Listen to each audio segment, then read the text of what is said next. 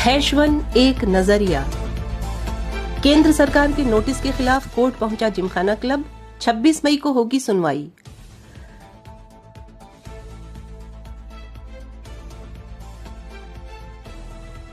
बेतहाशा गर्मी के बीच पानी को तरसे दिल्ली वासी। जल बोर्ड ऑफिस के बाहर बाल्टियां लेकर लोगों का प्रदर्शन।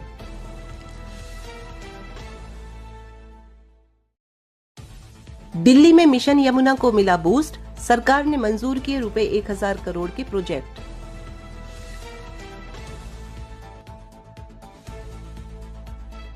अखिल भारतीय सरकारी नर्स फेडरेशन यानी AIGNF का हड़ताल का ऐलान।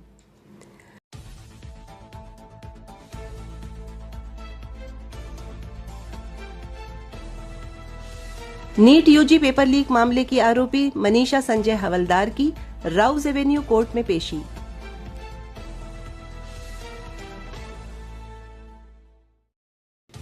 दिल्ली में पैसों के विवाद को लेकर फैक्ट्री मालिक पर हमला। आरोपी 2 नाबालिग हरिद्वार से गिरफ्तार।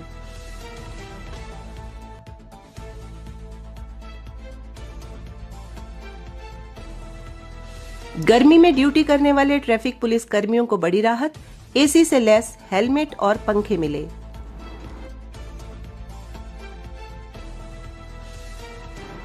दिल्ली के पश्चिम विहार में दिव्यांग सिक्योरिटी गार्ड की निर्मम हत्या।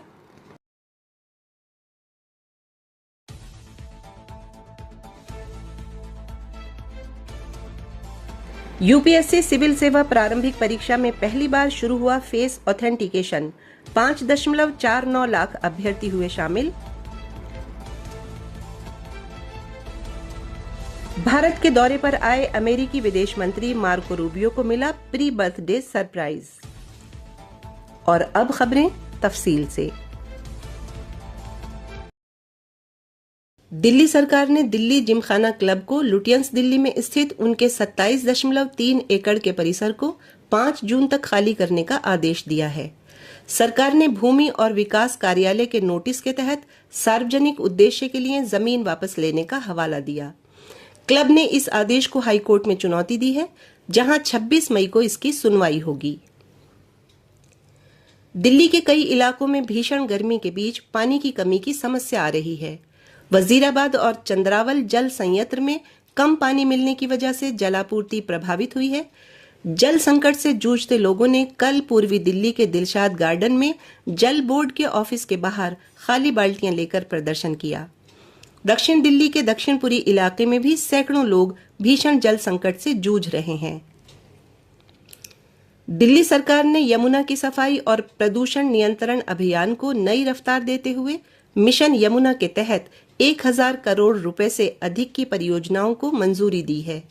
इस राशि का उपयोग नजफगढ़ ड्रेन की सफाई, सीवेज ट्रीटमेंट सिस्टम के अपग्रेडेशन और दिल्ली में मॉडर्न वाटर मैनेजमेंट सिस्टम विकसित करने में किया जाएगा।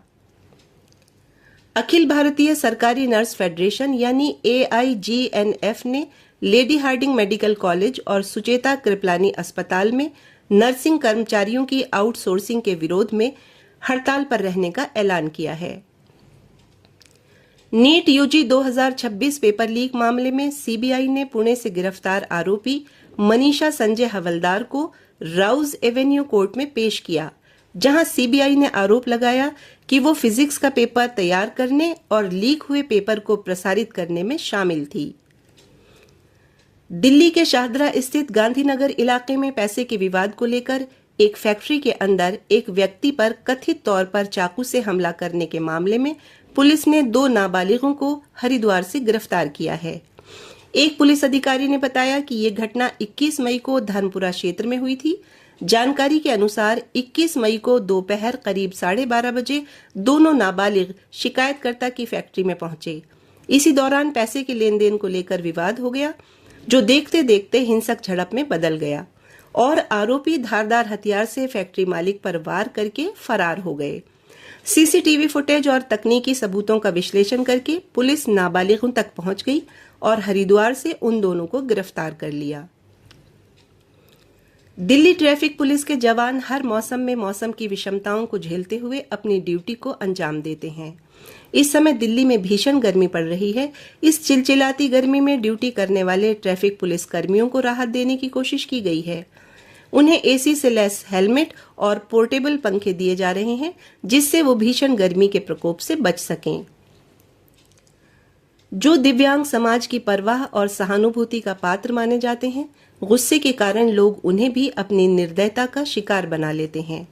एक ऐसी ही घटना पश्चिम बिहार के पीरागढ़ी गांव में रविवार तड़के घटी, जब एक दिव्यांग सिक्योरिटी गार्ड विजेंद्र पर बदमाशों ने पहले तो डंडों से हमला किया और फिर कार से उन्हें 2 बार कुचलकर उनकी हत्या कर दी।